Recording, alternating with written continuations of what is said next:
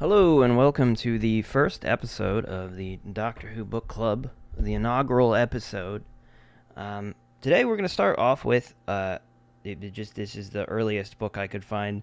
Please forgive the setup. The book is really big, and the stand that I bought I can't get it to go further away than this, so it's a little messed up, but, I've tried to get it in frame as best as possible so that we can just kind of look through it together.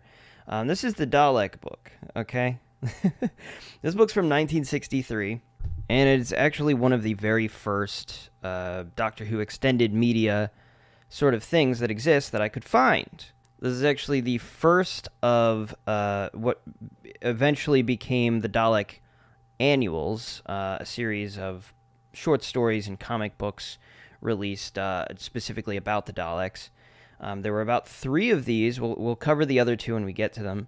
I think there's the Dalek World, and then there's another one. I forget what it's called, but we'll get to that. And then there's the Annuals, I think, which came out in the 70s, which kind of continued that. But this is like the first.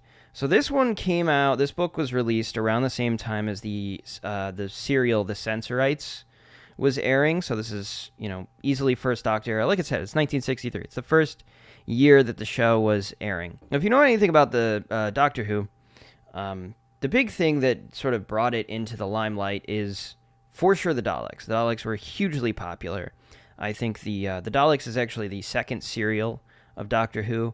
There's something about these aliens, these creatures, these robot machines that really, captured people's imaginations, I suppose.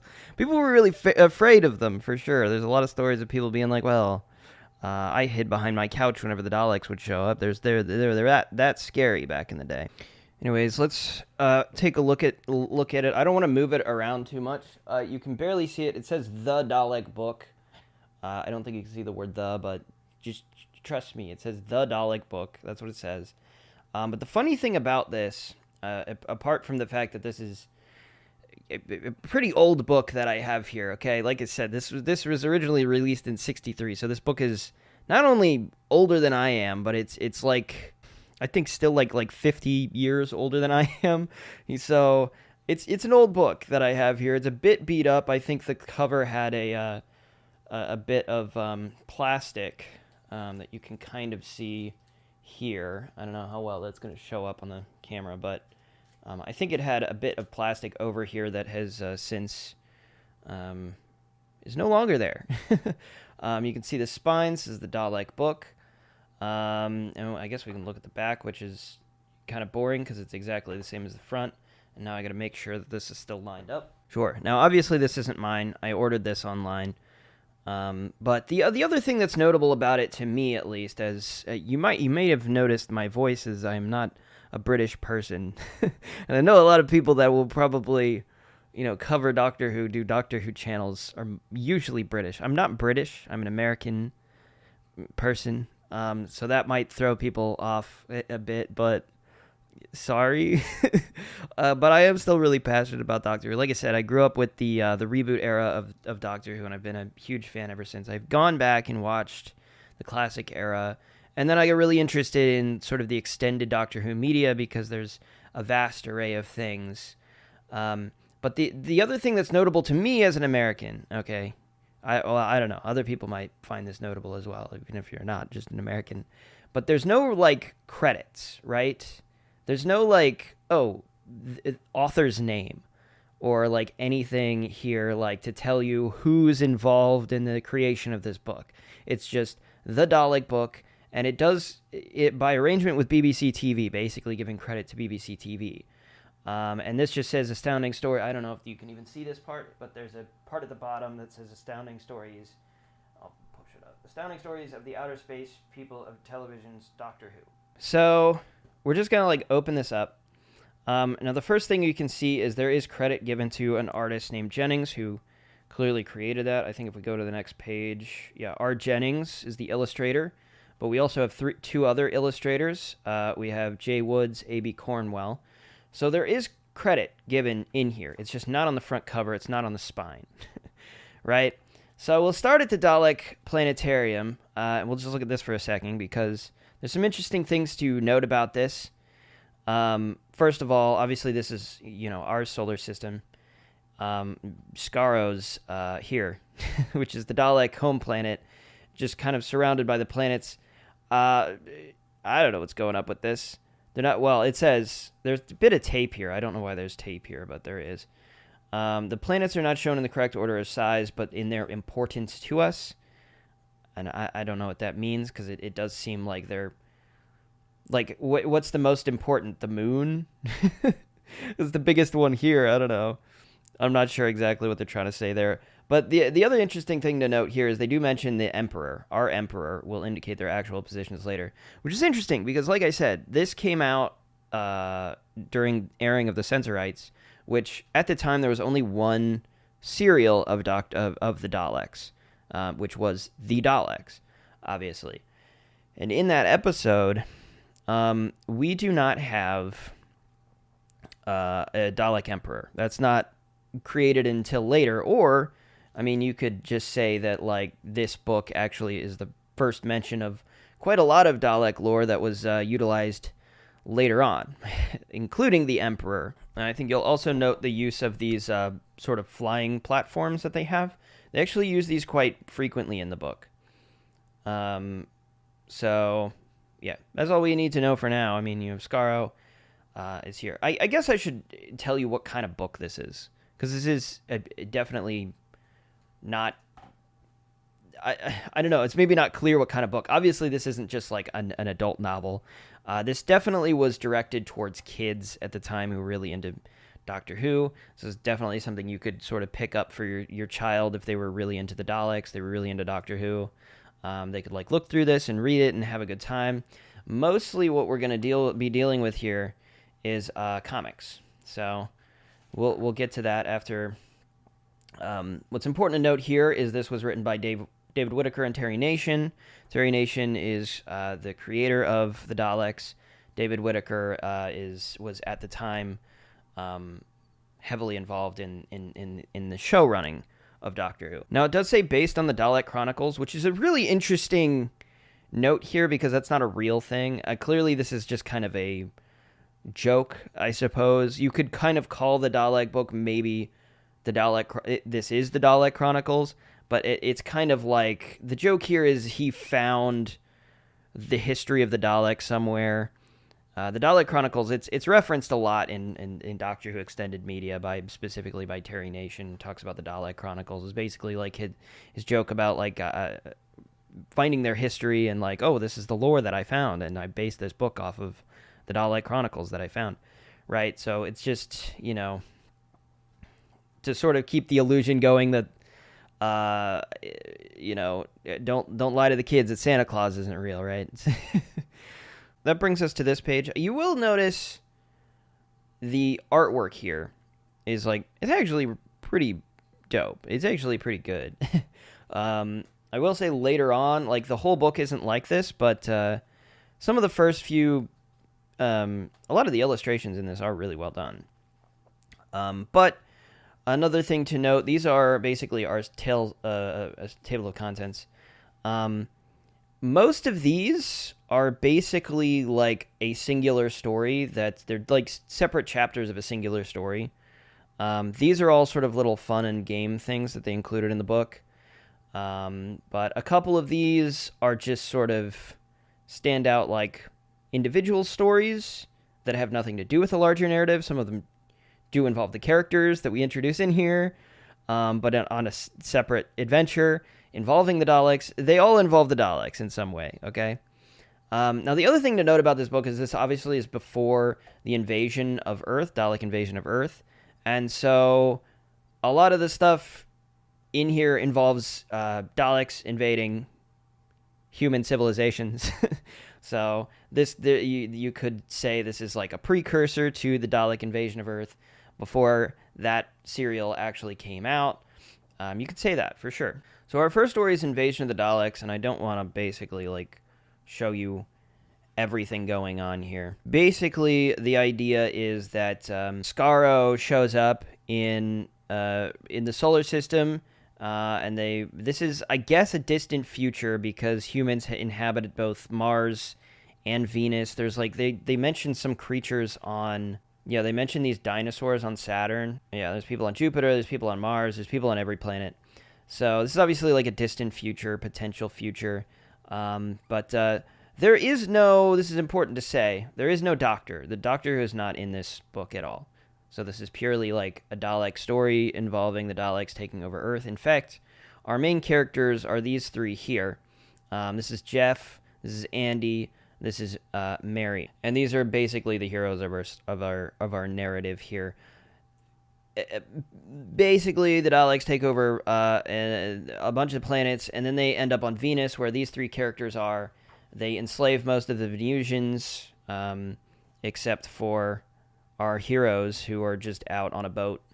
And they come back, and they essentially foil the Daleks' plans. I believe at the end of this, Jeff and Mary basically get kidnapped, and you have Andy, who is now on his own, and he's going to go save them, right?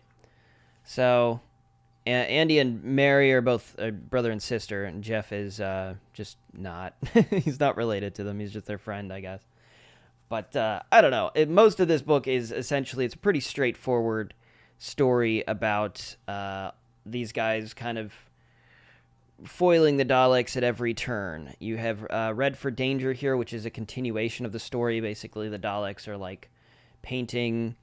they're painting the Daleks red, which is kind of an interesting take. That's, colored Daleks don't really appear until quite a bit later in the show. Essentially, they're painting themselves red to, like, protect themselves from lead in the mine or something. It's something like that. So there's a lot of stuff in here that's kind of motivated through science, I would say. There's a lot of little, like, scientific things. Like, he does something with the red paint here, which basically, like, causes them to have headaches or something. One thing I did want to bring up about this, though, specifically, is, like, in America, I think if you got a book like this, pretty much every one of these would be individually accredited to somebody. Like, oh, here's who wrote this. Here's who did the illustration specifically. But in this context, we don't really know. We would assume all of writing was done by Terry Nation and David Whitaker. Probably, I would assume, mostly Terry Nation, since he, created the Daleks. He has the rights to the Daleks. Seems like this is definitely going to be more his thing, because this is the Dalek book, right? This is more his thing than David Whitaker's, probably. But yeah, we have comic book, no credits on the comic books. And then just, it goes into, like, a story. Okay. Try not to bend these pages as much. This paper is also a different quality than this. This definitely feels flimsier. We have the oil well. There's not too much to say, It's basically Mary in this one. Mary's kind of the hero, where she kind of convinces the Daleks to let them take breaks. They're enslaved. The Daleks are overworking them. And she's like, well, if you just let us take turns, we'd be able to get more done, and we'd be able to be more efficient because we'd be able to sleep, and then everybody would be, and then the Daleks agree, and then they try to take her to, like, another place to do her plan with other humans, enslaved humans elsewhere. And Andy and Jeff, obviously having teamed up from the previous story, they kind of team up again to rise up and basically help these humans escape the Daleks. Oh, they do use, I remember this, they take, like, a lens from a binocular, and then they use it to, like, reflect the sun off of a searchlight. You can see this.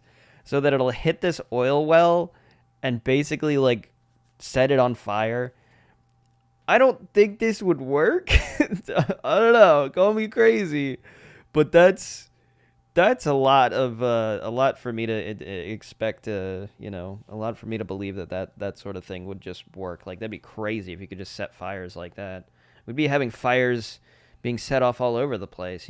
So all it took was the sun going through like a lens or a glass or something. It does happen. It does. It can happen. People used to burn ants like that. I remember, but I don't think like to that extent that would happen. But yeah. So basically, a lot of this book is about Andy and Jeff and Mary foiling the Daleks. There's no doctor, but we've got these human heroes who are perfectly capable of doing so.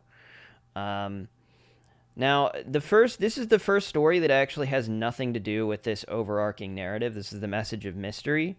And the interesting thing about the Message of Mystery is it's the only one that involves actual characters from the show, specifically Susan. So, as you can see, here's Susan. You might be like, wow, that's so crazy that they were able to, like, get Susan to take all these photographs in character with the Daleks, and, like, you know, they were able to, like, tell a story with that didn't happen in the show. And this didn't happen in the show, I will tell you. But they did just use, obviously, scenes from the show. Like, so, but they just, like, rearranged them in such a way to tell a different story. So in this story, Susan basically steals the TARDIS. If you don't know, Susan, I don't know how much I have to, like, explain Doctor Who sort of lore. I am just going to kind of go chronologically in, like, release order of books I can find. I'm going to skip a lot of the television. I don't feel like I need to cover it because it would be mostly me covering the episodes if I did it that way. And also we're going to be doing some novelizations, which are going to cover the episodes anyway. So it's like, why do both? But Susan is pretty much the Doctor's first companion. So Susan's basically the Doctor's granddaughter. There's a lot of extended media that we'll probably cover in the future about her, because this is a sort of a contentious, mysterious point of the character that we don't actually know that much about her. So in some extended media, this is explored a little bit more, but for now, we're just going to accept that this is his granddaughter, who he brings with him from Gallifrey. Gallifrey is obviously not a thing at this point in the show. Okay. All we know is that they're aliens. And so she borrows grandfather's time and space machine, the TARDIS, intending to visit Venus. And so she tries to go to Venus and ends up on Skaro, and then she gets captured by the Daleks, and basically they find like a sort of like apparently a metal object that had plunged from the sky. It's just like a sort of mysterious message, and they want her to like translate it. So some of the story is kind of like, okay, what do you mean? Here's the code, if you can see that. You can't. It's down here. Okay, there you go. And then she figures it out, and then there's this thing to help you actually do it. As a kid, kind of a cool little thing. You can basically, you know, figure it out if you feel so inclined. I did not do this. It does tell you the answer in the end, in sort of late in the book, but the answer is peace and goodwill to all is what it says. Okay. She's able to escape the Daleks essentially by laughing, and they like get freaked out that she laughed, and then she just runs away and gets back in the TARDIS and leaves. So this could be considered a canonical story, part of the extended media. This is probably the only one that is really like relevant to the Doctor because it involves one of his companions while she is literally a companion of the first Doctor. So we can sort of place this canonically in the Doctor's timeline somewhere. And in fact, there are people who have done it. You might put it early on if you were like, well, this is probably, this would have to be, I assume, post the Daleks, because she does seem to know who the Daleks are at this stage. And she probably wouldn't steal the Doctor's TARDIS before they start going on adventures, right? We'll just say that, but obviously it'd have to be before she leaves in the Dalek Invasion of Earth, is, I believe, Susan's final serial, with the one in which he leaves her behind. She finds a dude she likes, and he leaves her behind, and we never see Susan ever again. Most of the rest of this book is, again, just us following Jeff and Andy and Mary again.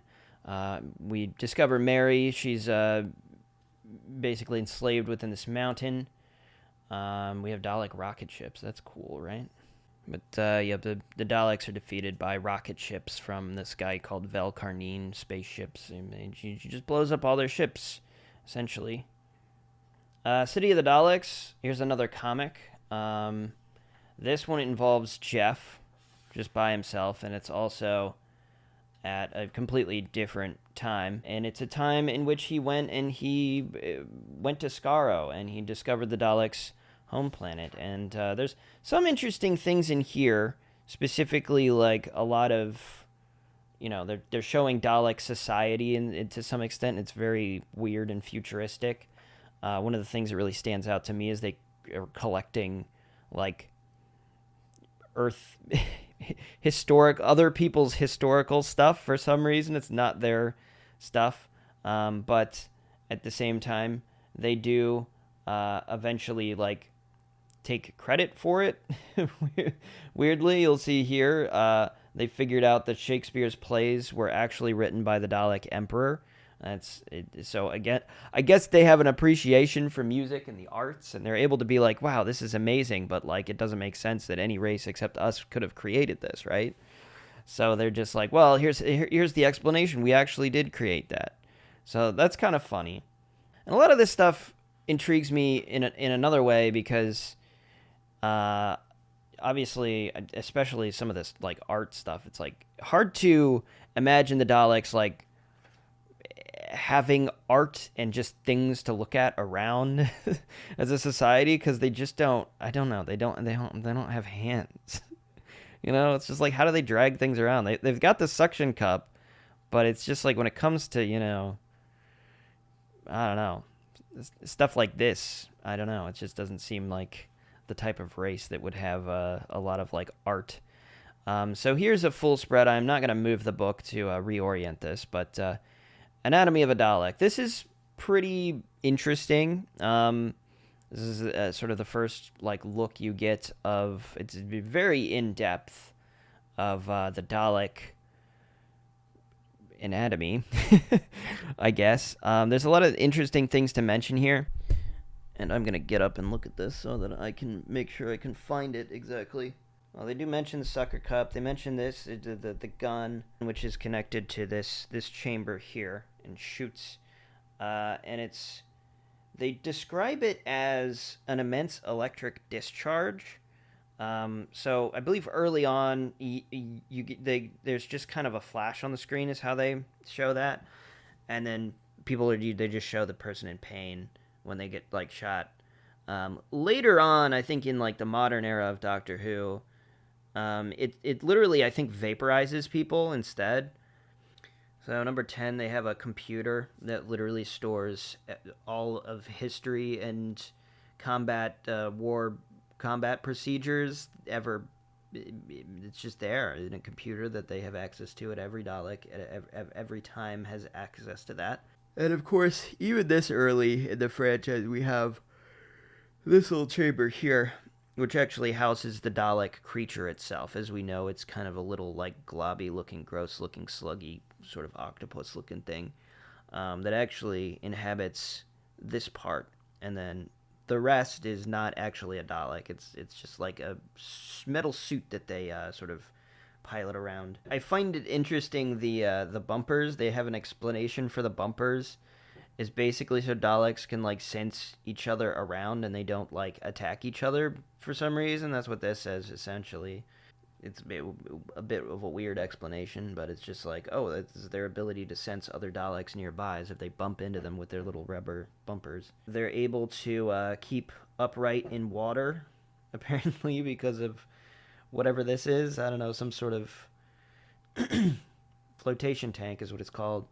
And the last thing they do mention, this little ball, which is basically how the Daleks sort of propel themselves around, which in the very first serial, obviously they were exclusively on metal paths. In fact, I don't think I drew attention to it, but they do this here.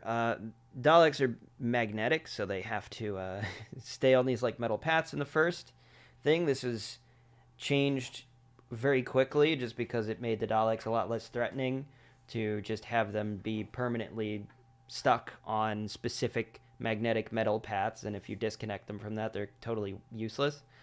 But yeah, so for now, that's kind of how that works. Then we have the story, the humanoids. Sorry. This is essentially they find some people who turn out to be robot people, created by the Daleks. So and then they're defeated. So Daleks created robot people called the humanoids. Small Defender is about the Daleks basically trying to build a it's like a landing pad. This is a kind of an interesting story just because this is the only mention we have of them trying to invade Earth in this story, because most of this takes place on Venus. But this is on Earth. They try to build like a metal landing pad, and essentially there's like a mole, and the mole like messes with their sort of metal thing. They're like spraying metal to make a path. And he messes with it, and it starts spraying everywhere, and basically foils the Daleks. So it's basically just a silly story about how like the Daleks were foiled on the Earth by a mole. So that's the Small Defender, kind of a funny one. This is also, because I received this book secondhand, obviously. For some reason, they did cut out, when I received this book, this was in here, but for some reason, somebody had like cut out this part. I don't know why. I did not do this. Whoever owned this book previously did this. I really can't tell you why, because unless they were using it as like a bookmark or something, but it did make it back into the book, and it doesn't look like too terribly used. So this is sort of just a board game. It doesn't look like an especially fun one, I will be honest, because you have to like, basically the idea is you have to roll until you get a 6. And then you get to move. So, and then it's just like, it's kind of like, seems like snakes or ladders, but like a 1 in 6 chance of actually being able to move every turn is kind of, I don't think that's a great idea, but it is what it is. This page is kind of interesting, because this page is like a bunch of just random Dalek inventions that I don't know have ever been referenced in the Dalek universe. I guess that's kind of the cool thing about this book just generally, is like there's a lot of Dalek lore here that may or may not be used in the future of Doctor Who, and I guess at the time it probably would have been a lot cooler, but now we kind of know how much of this is actually going to be used, and a lot of it is just like, what is any of this? Like none of this was ever used. It could have been at the time, like it might have been a cool episode idea, but now this is very like 60s comic book, A lot of these things are like very retro futurism. So a lot of this stuff would be pretty powerful. You have an anti-gravitator, which basically almost creates like a black hole. So any ship passing by in space, it would just be pulled into this anti-gravitator machine. You have this dreamwave, which is essentially sends images to people's brains of like things that they like, so that they'll be content and it won't resist invasion. Thunderizers multiplies sound, amplifies sound to like a crazy extent. It says specifically the sound of thunder. It amplifies the sound of thunder, so I don't know if it specifically only amplifies the sound of thunder, or like it can amplify any sound. I don't know. But it's a thing. The Voltascope, again, this would actually be kind of a practical thing for the Daleks to use, because it's basically like a super light that can blind people. Never was actually ever used, I don't think, in the show. This was never used, right? Could have been. Think about it. But I don't think so. You got just a giant magnet, anti-solarium, which apparently can be used to freeze the sun and basically then destroy planets. Pretty big deal. That's a pretty big deal thing if they had that and were using it. And then you get Fertikiller, which is essentially like a spore that kills all plant and animal life on a planet. These are all very devastating things that if the Daleks actually used them, would probably just instantly annihilate a planet, right? That's pretty crazy. You have the Dalography of Skaro. I won't get into this too much because there's a lot of history. This is the only mention, I think, of the Tals from the Daleks serial, which is essentially the like humanoid, sort of beautiful humanoids that live on Skaro alongside the Daleks, that the Daleks kind of, oppress and enslave for the most part. So you've got here Davius, which is the land of the Tals, and then you have an ocean of ooze, and then you have Dalazar, which is apparently the nation of the Daleks. I don't know how much any of this is kept in the Dalek lore. I'll be honest. No, I have no idea how much of this is, like, still canon. There's also Darren, which is like a barren, horrible zone to exist in. And that's also, apparently, they say it's where the neutron bomb initially exploded. That destroyed a lot of life, mutilated the ground. I don't know. Again, this is stuff that's really cool as a kid, but,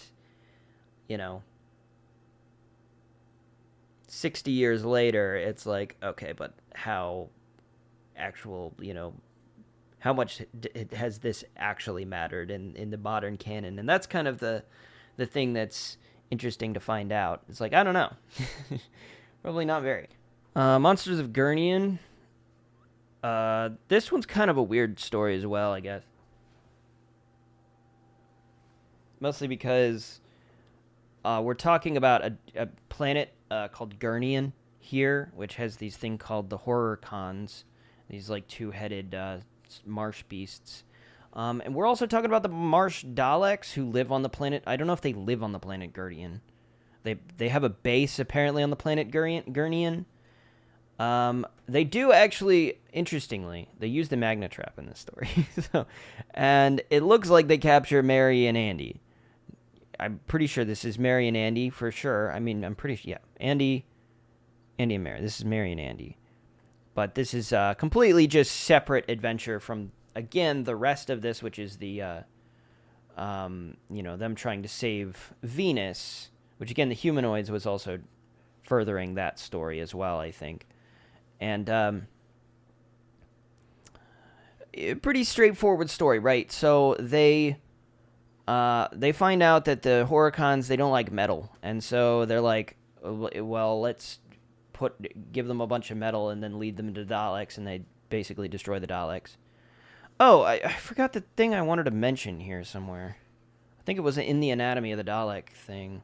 Well, I know somewhere in this book, and I wish I wrote it down, but somewhere in this book they do use the term Dalekenium, which is the metal that the Dalek casing is made out of.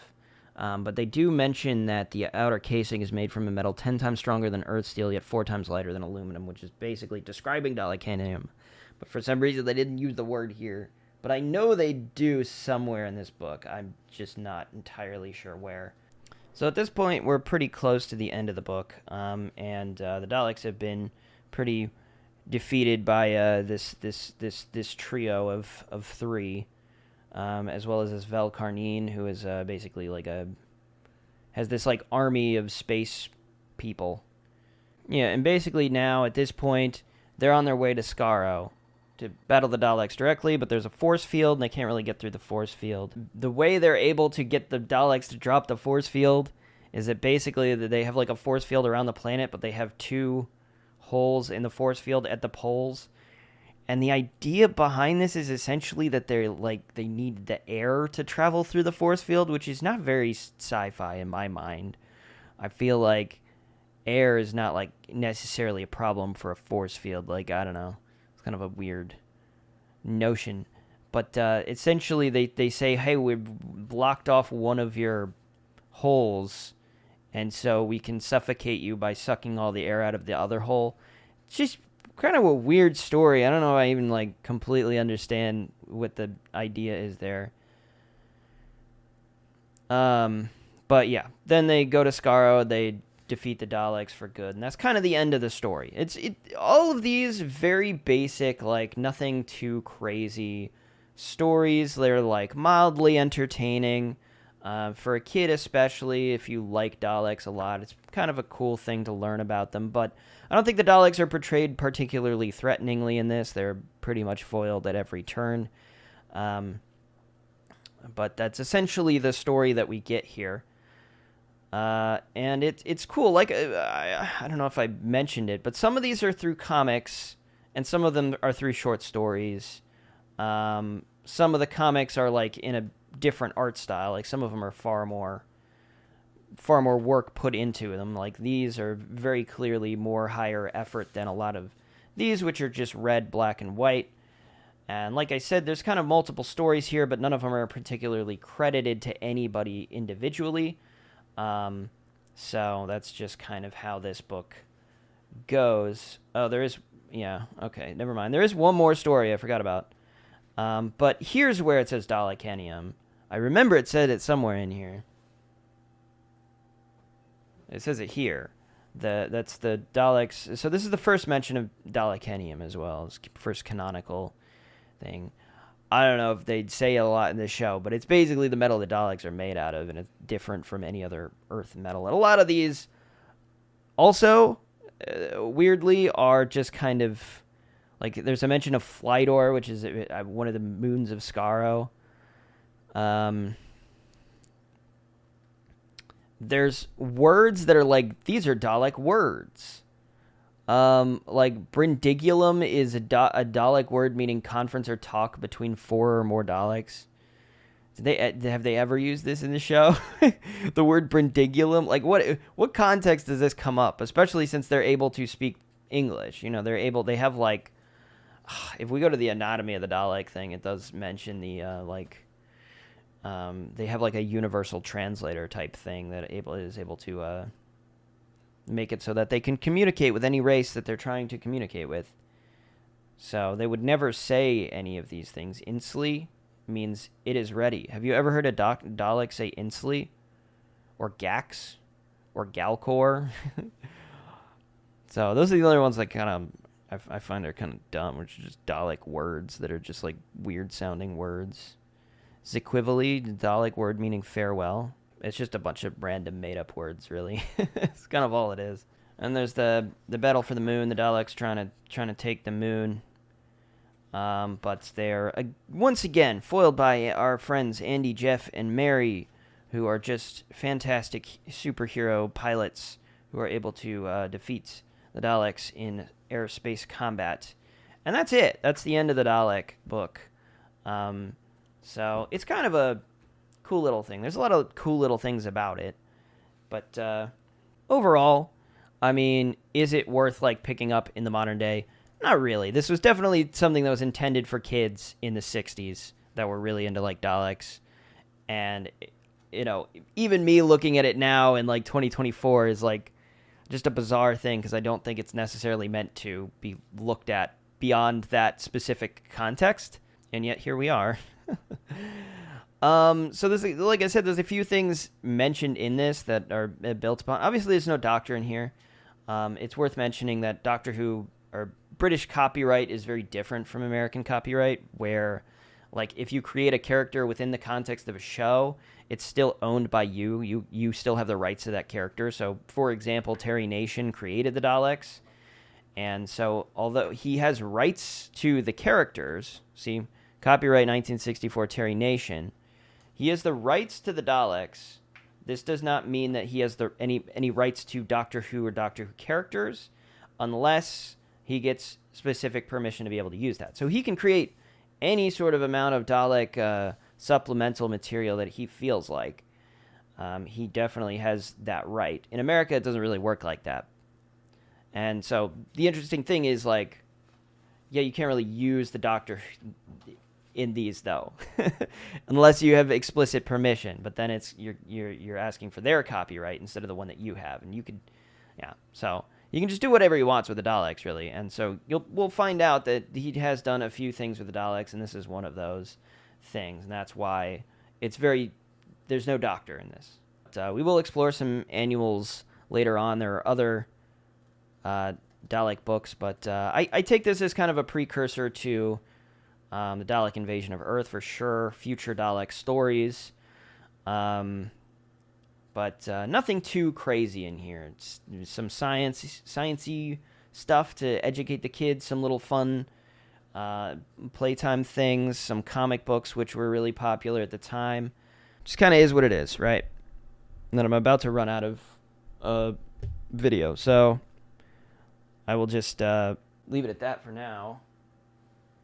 Unless I want to record some stuff later. The characters of Jeff, Andy, and Mary are actually not... I don't believe they're ever used in the show. I don't know. I don't think so. But they're used in other things. For sure, they're used in the other Dalek annuals as well, most notably. We will see other characters used in the further Dalek annuals when we get to them. Yeah, this is our first step in kind of expanding the Doctor Who universe, and it's interesting, but nothing here that would go beyond what the type of story you would see in a children's storybook, really. So, I mean, I suppose that covers it, though. That is the Dalek book. This was released in 1963, I think in June. So, yeah, I mean, let me know if you have any comments, any questions about that, and I can, I'll respond to any comments that I see. For now, I'm going to keep going and keep covering future things. This is a very visual thing that I have here. So, obviously, I'm able to have a visual element. But in future books, there's other things I'm going to have that aren't going to have a visual element to them. It's just going to be a book. And it's like, what can I do? Just put the book up there and you just look at the cover of the book the whole time. I might still do that, just to have some visual. But the next one I'm going to do, and I actually am kind of conflicted about this. I think I'm going to do there is a series of Cadet Candy cigarette cards that called Sweet Candy cigarette cards that were released in the year of 1964 Sorry, actually, the Dalek book, I think, was released in 1964. I think June 1964. I think I said 63. It was 64. But these were released at some time in 64. That's about all the information I have, so I can't really place it specifically. But there is, like, a narrative that they tell. Oh, there's, like, 50 cards. It might just be 20. That do tell a story.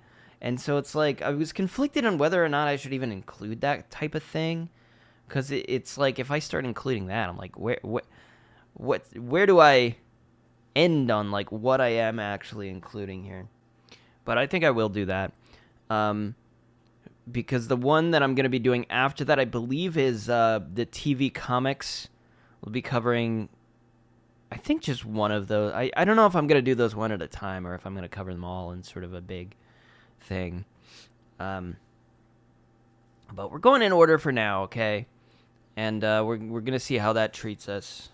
And I think this will be a fun little adventure. I might even do some other franchises, series, some other things that are not Doctor Who.